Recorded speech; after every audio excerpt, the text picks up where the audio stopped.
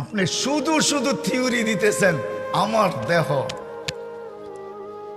আপনার দেহ, শুধু শুধু থিওরি দিতেছেন।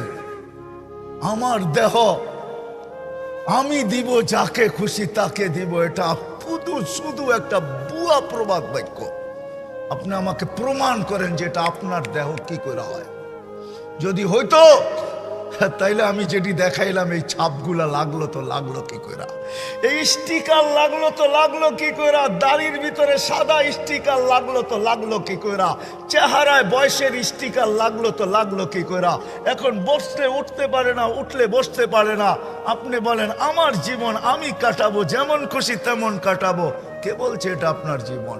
প্রমাণ করেন আগে আপনার জীবন, তারপরে প্রবাদ বাক্য মাইনা নিব না মাথায় রাখবো। প্রমাণ করে দেন আগে। একটাও আমার না, একটাও আমার কন্ট্রোলে না, সব মালিকের কন্ট্রোলে। আসেন, প্রস্তুতি নেই, ছোট জীবন কিভাবে প্রস্তুতি নিতে পারে এটার জন্যই মুহাম্মাদুর রাসূলুল্লাহ আল্লাহ কানে ধরে প্রস্তুতি করাইতে পারতেন। এই জন্যই বলছে উনজুর ইলাস সামাই ওয়া ইরতিফাইহা, আকাশ দেখ, উচ্চতা দেখ। উনজুর ইলাস শামসি ওয়া শাওয়াইহা, সূর্য দেখার কিরণ দেখ। উনজুর ইলাল বিহারি ওয়া আমওয়াজিহা, সমুদ্র দেখার তরঙ্গমালা দেখ। উনজুর ইলাল জিবালি ওয়া ইস্তিকরারিহা, পাহাড় দেখার দৃঢ়তা দেখ। উনজুর ইলাল আরদি ওয়া ইত্তিসাইহা, জমিন দেখার প্রশস্ততা দেখ। কুল্লু যালিকা ইউকাররিরু আলা জালালি ওয়া জামালি, সব আমার একত্ববাদের সাক্ষী দিতে বাধ্য, আমার অনুগত্য হতে বাধ্য। ও মানুষ এগুলাকে যদি বাধ্য করতে পারি, তুই তো চুনুপুটি, তোকে বাধ্য করা কোনো ব্যাপারই না। আপনাকেও আমাকে নাচাইতে পারে আল্লাহ, না পারে না? হ্যাঁ, মনে হয় আমরা সব ধরাছোঁয়ার বাহিরে, ঠিক না? টেকনোলজি ব্যবহার করি, আল্লাহ আমাদেরকে ধরে তো ধরে কি করে, ঠিক না? এটাই তো ভাবি, ঠিক না?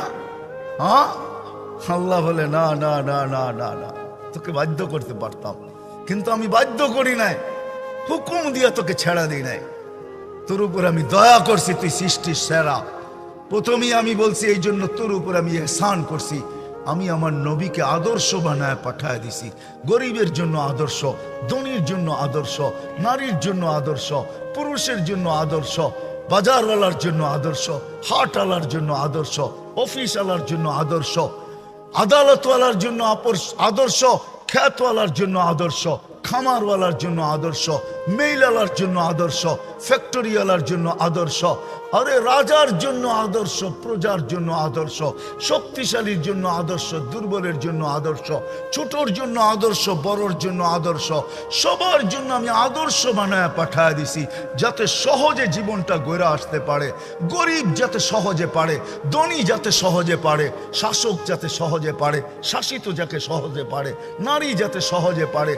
ও যুবক, নাইলে এই হাদিস কোনোদিন আসতো না। যুবক যেন সহজে পারে, নাইলে এই হাদিস কোনোদিন আসতো না। ইন্নাল্লাহা ইউবাহি বিশাব্বিস সালেহ, নেক যুবককে নিয়ে আল্লাহ ফেরেশতাদের উপরে গৌরব করেন, সুবহানাল্লাহ। নাইলে এই হাদিস কোনোদিন আসতো না। শাবুন নাশা ফি ইবাদাতিল্লাহ ইউদিল্লুহুমুল্লাহু ইয়াদিল্লুহুল্লাহু তাহতা দিল্লি ইয়াউমা লা দিল্লা ইল্লা দিল্লু। ও যুবক, যে আমার বন্দে যে জীবনটা গড়ছো, তোমার জন্য আরশের নিচে ছায়া অপেক্ষা করতেছে, যেদিন আমার ছায়া ছাড়া কোনো ছায়া থাকবে না। শুধু ছায়া না, শুধু ছায়া না, সুপার ডিলাক্স গ্যালারি হিসাবে উপস্থিত থাকবে।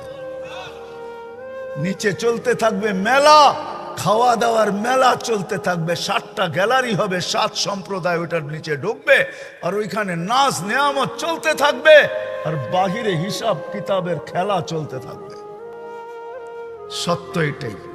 এই জন্য আসেন মুহাম্মাদুর রাসূলুল্লাহ সাল্লাল্লাহু আলাইহি ওয়াসাল্লামকে আল্লাহ পাঠাইছেন, সহজে যেন প্রস্তুতি হয় আর ওই জান্নাতে ঢুকতে পারি। আলোচনা তো জান্নাতের নাই, কোত্থেকে জান্নাত বুঝবো? সময়ও হাতে নাই যে আপনাকে আমি জান্নাত বুঝাবো। এতটুক বোঝেন, মা তাস্তাহি আনফুস